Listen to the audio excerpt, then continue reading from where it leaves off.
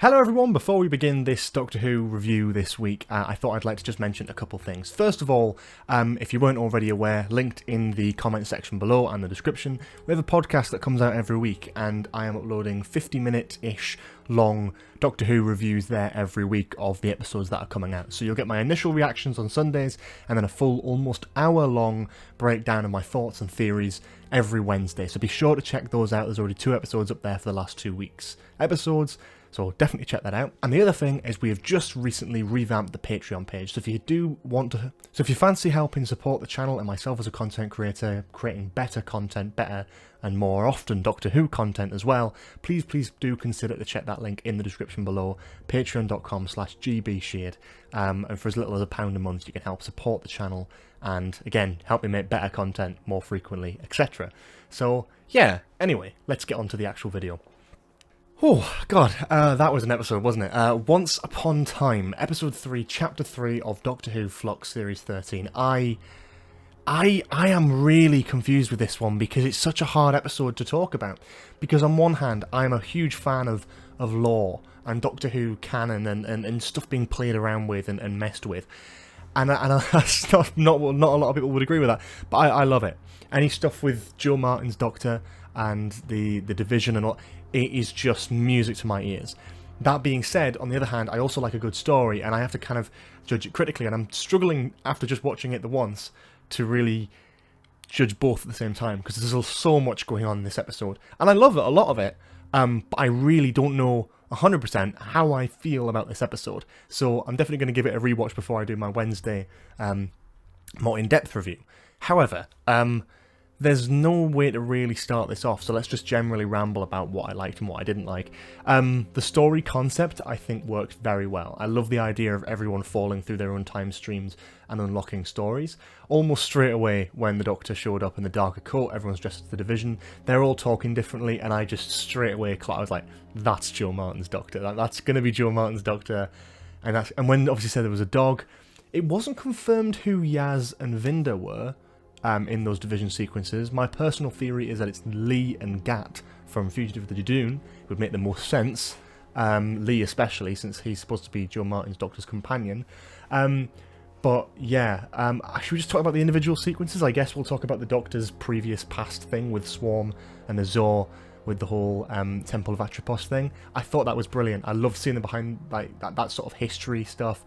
You really get a nice bit of backstory for what happened between Swarm and the Doctor, why they're at each other's necks, you know, what kind of people these are. They've obviously tried this stuff on before, and now the Doctor managed to win. So when we saw Swarm in episode 1 locked up, it's the same version of Swarm that we saw in this episode, and I quite like that as a little point of reference. It felt quite expositional, because it's showing you basically exactly what happened, but I'd rather that than it being explained in just some sort of dialogue sequence. I much prefer it actually being shown what happened and really sort of playing off that. That was a lot more exciting, especially when Jodie's Doctor sort of looks in that mirror and sees Joe Martin, and Joe Martin gets... I wish Joe Martin had more to do in this. I wish at that point it would have turned into Joe Martin permanently.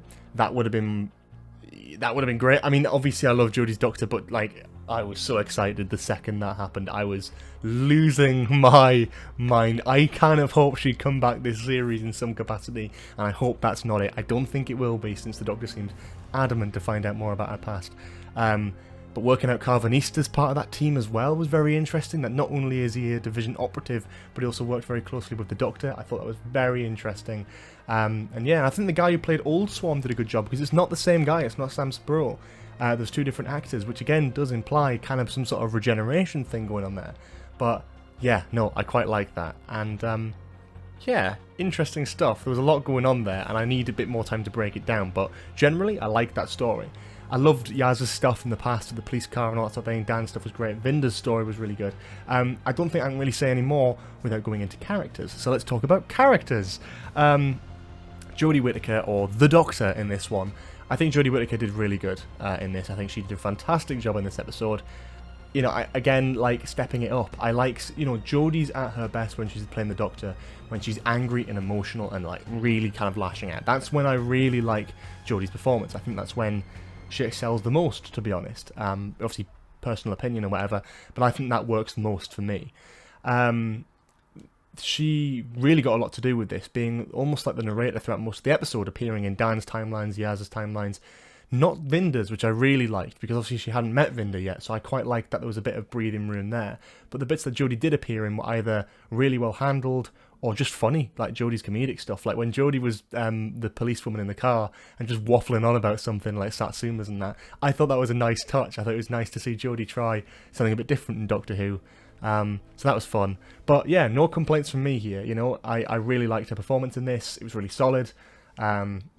Especially when trying to work out what's going on, because most of this episode she's desperate and passionate and angry and emotional, and that is when Jodie does her best work, I think, as the Doctor, personally. Let's talk about Dan. Dan got a lot of development here, sort of with his relationship with Di. A lot of fans theorised that Di would end up being inside Passenger. When they started showing that the hostages were inside Passenger, that made so much more sense to me. And yeah, it clicked, and I was so happy they went in that direction, because it's such a clever little story idea. It really keeps the story moving throughout the next few episodes, and it just gets me very, very excited for what they're going to do in episodes 5 and 6. It's really cool, and I'm super hyped to see where that's going to go.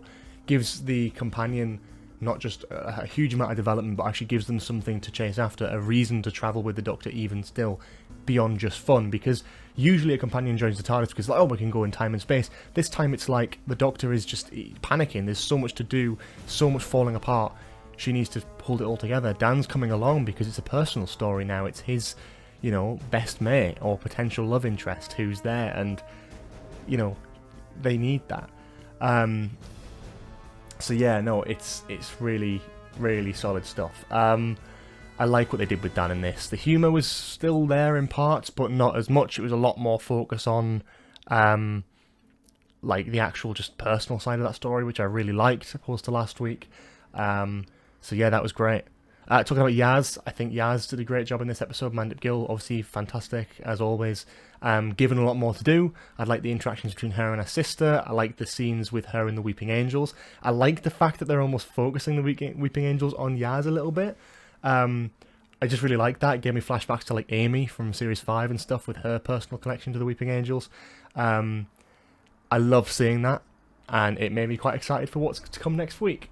They, of course, had the video gaming scene as well with the sister, and I thought that was brilliant. The way they're playing the Weeping Angel thing, and the Weeping Angels appear in the game, and then they come out the TV, it's such an exciting scene. I was so happy with that, and it gets me so excited for next week.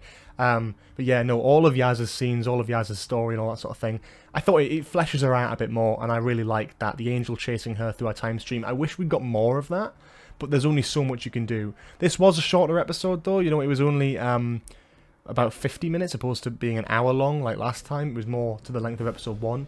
So it's a shame that it wasn't a bit longer, because I would have loved to have seen more of these sort of shenanigans. I would have even liked to have seen a few sequences of Jodie falling through timelines that we recognise. She's falling through her own personal history to this one event, but it would have been cool to see her standing in like a classic Who story or something, just for like a split second or whatever. You know, whenever we saw like Clara getting composited into the stuff in Name of the Doctor, maybe a bit like that would have been really cool. In a fan service sense, but that doesn't really add to the story. That's just me being like, oh, I'm a nerd and I want cool shit. But yeah, I thought Vinder was actually finally given some stuff to do here. This is mainly a Vinder story with the backstory and all that sort of thing, with the Grand Serpent, and of course Belle, the new character who's introduced, which is his love interest. And I really like that. I'm glad they're not trying to make Vinder and Yaz a thing. A few people were trying to predict that. I'm glad they didn't go in that direction. And you know what? Credit where it's due. Whatever you think of the Chibnall era, I think this is some of the most genuine, like, real companion stuff I think I've seen in years. I've always wanted a companion or like a friend of the Doctor who isn't just from modern day Earth, and it's great to see Vinder being part of that team without being directly involved, but he's got a totally different backstory. He's from this weird society planet thing. He's got a love interest, he's got, you know, a partner with a baby on the way. She's running around the universe. It was great seeing her fight against, well, sort of walk against that very CGI looking Daleks. I will point out that was a bit odd. That really did throw me out of it. But, you know, cool to see Daleks with a Dalek theme, mentions of the Sontarans.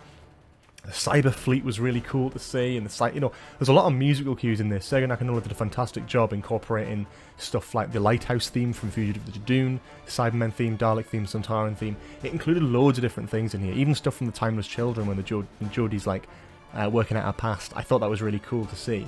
So I was genuinely impressed with that. But yeah, Vinder and Belle's story were really, really good. I really liked what happened with them. That made a lot of sense, and it felt genuinely quite emotional, and I'm excited to see where that's going to go by the end of the series. I'm hoping it's going to be a nice ending and not a tragic ending. However, if they do pull off a good tragic ending, I'll still be praising them because that will be good storytelling, and I'll just be happy with that. So there we go. In terms of the villains here, there weren't really villains. We had Swarm and Azor, who were great. Obviously, not really much of Sam Spruill as Swarm this time, who is definitely the more charismatic version of Swarm. But we got the old Swarm, which is really cool to see. And yeah. But yes, to wrap it up, I think it was a really solid episode with a lot of great stuff in there. I don't really know exactly how I feel about the general story yet. I think I need to definitely give it a rewatch, and I'll give my proper thoughts on the Wednesday Spotify podcasty review that I do every week as well. So that'll be on there this coming Wednesday. So if you want to see my full breakdown, my full thoughts when I've given the episode a rewatch, then obviously check that one out. But until then, I think I'm pretty much summed up here. Thanks so much for watching. Again, please do check out the links in the description to my social medias. The Spotify podcast, every week we do a film review and a Doctor Who review, so that's exciting stuff there. And of course the Patreon, like I mentioned at the beginning of this video, which has been newly revamped with a lot of new stuff on there. So if you are interested, even remotely, please go and check it out. Please consider supporting the channel and myself as a content creator. I would really, really appreciate it. But no worries if not, it's totally optional. Thanks so much for watching. I hope you all enjoyed this, and I will see you all next week with a video review, my initial reactions of Village of the Angels. So, see you all later. Have a lovely day. Bye-bye.